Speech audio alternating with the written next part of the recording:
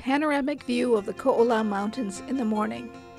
View of mountains slowly becomes blurry around the edges, narrowing to a black screen. I was very afraid of going totally blind. I didn't want to think about it. It was always something in the back of my mind I didn't want to deal with. Title: Business of Being Blind.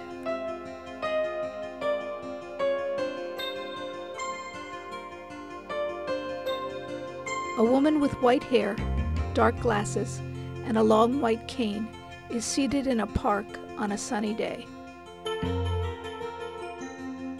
My name is Debbie Gabe. I am 62 years old, and I teach cooking and home management to blind people at Ho'opono Services for the Blind. I have a husband named Matt.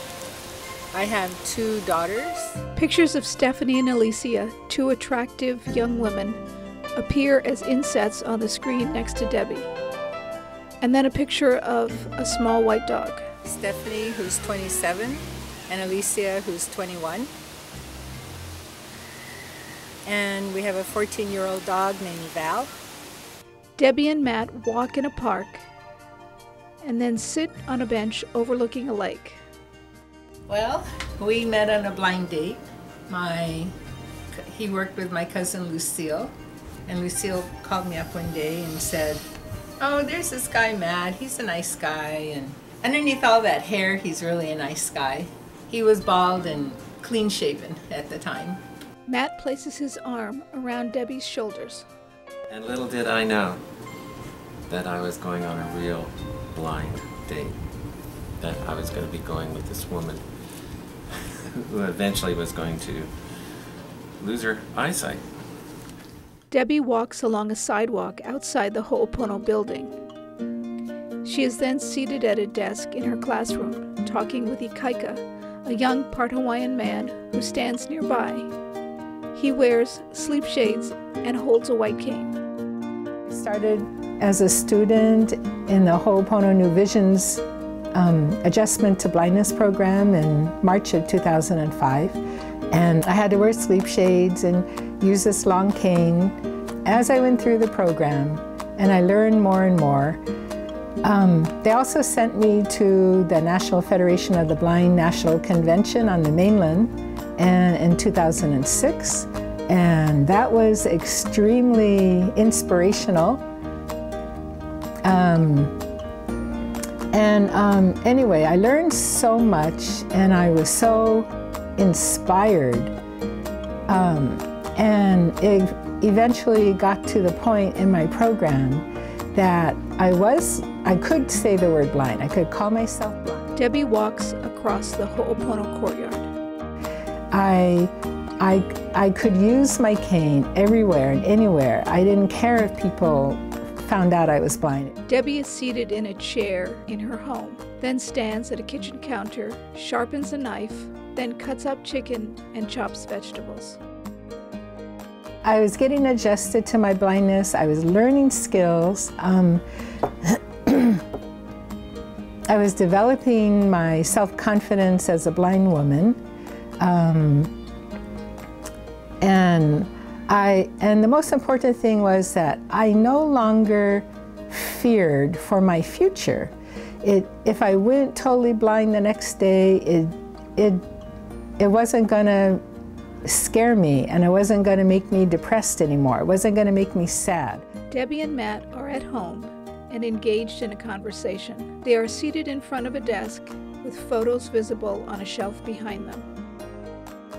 I was so inspired by that I asked if I could volunteer at Ho'opono, and they said no, they didn't have volunteers. You know, my husband and I both decided that this is something I really, really wanted to do. You know, I was really inspired to do this, to help other people who came to the program. Debbie is in her Ho'opono classroom, tidying up and dusting equipment and counters.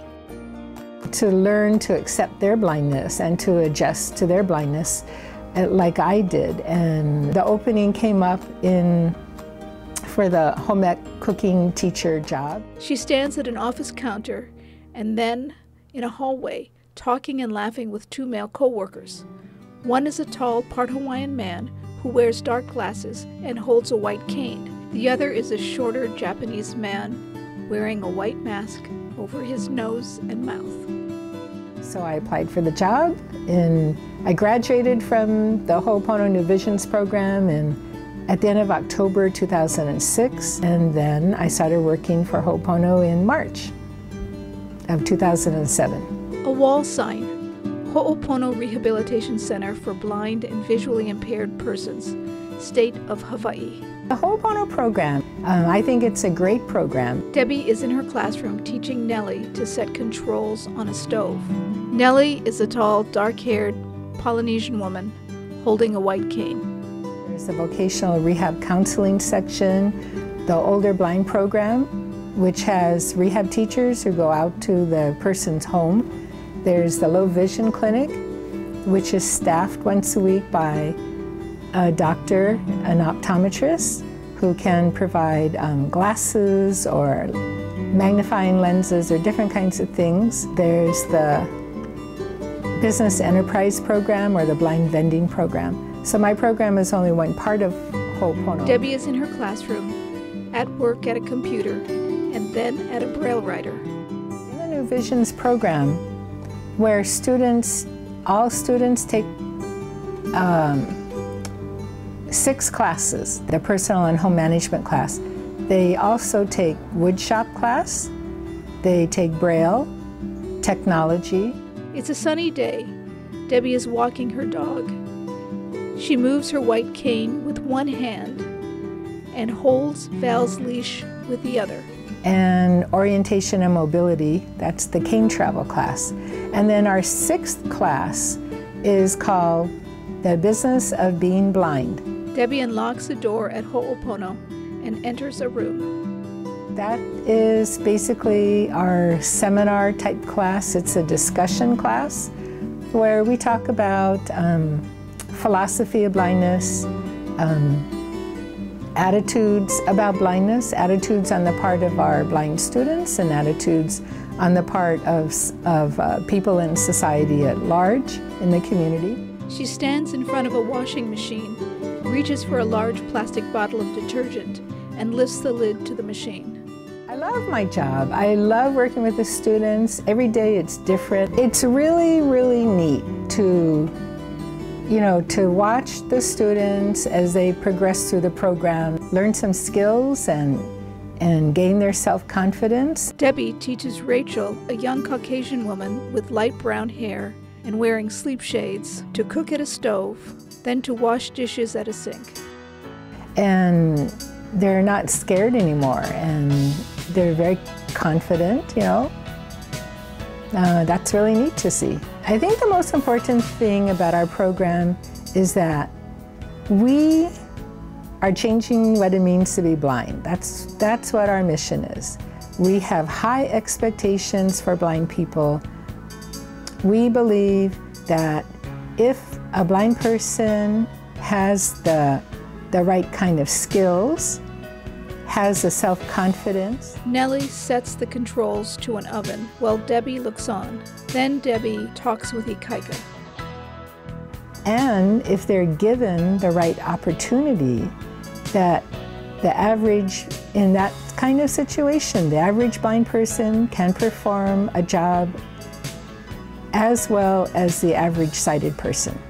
And I'm trying in my own small way to change what that means to the general public, so that so that people stop being afraid of the word blind and the blind people and the blindness. A sign appears on screen.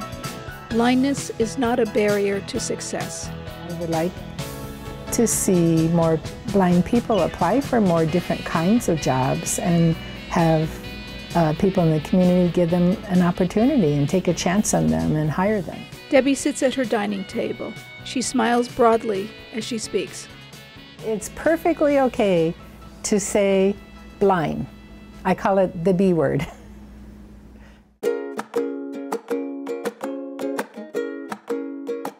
Debbie walks towards a blue Toyota in an open-air parking lot. She opens the back door and places her backpack inside, then opens the driver's door, places her cane inside, and gets into the car. She puts on her seatbelt, adjusts the rear-view mirror, and starts the car. A grateful mahalo to Debbie Gabe, dear friend, and to her wonderful family, Matt, Stephanie, Alicia, and Val Gabe. Warm mahalo to the Ho'opono program staff and students, especially Gavin Abe, Rachel Broomfield, Shelford Kenton, Nele Laulu, Ikaika Mendiola. Thank you to the talented and energetic Kupuna Lens film program instructors and staff who help Kupuna remain relevant. Phil Bertelson, Lizette Marie Flannery, Christian Ho'opi'i Jose, Thorne Michael Kahele Fontanilla, Anna Page, Neil Rivera. Special thanks to co-sponsors of the Kupuna Lens film program, Hawaii International Film Festival, Olelo Community Media. Director, Haulani Medeiros. Special assistant to the director, Frank Streed. Producer, Billy Nelson. Editor, Thorne Michael Kahele Fontanilla. Fond aloha to the 2012 Kupuna Lens film program class.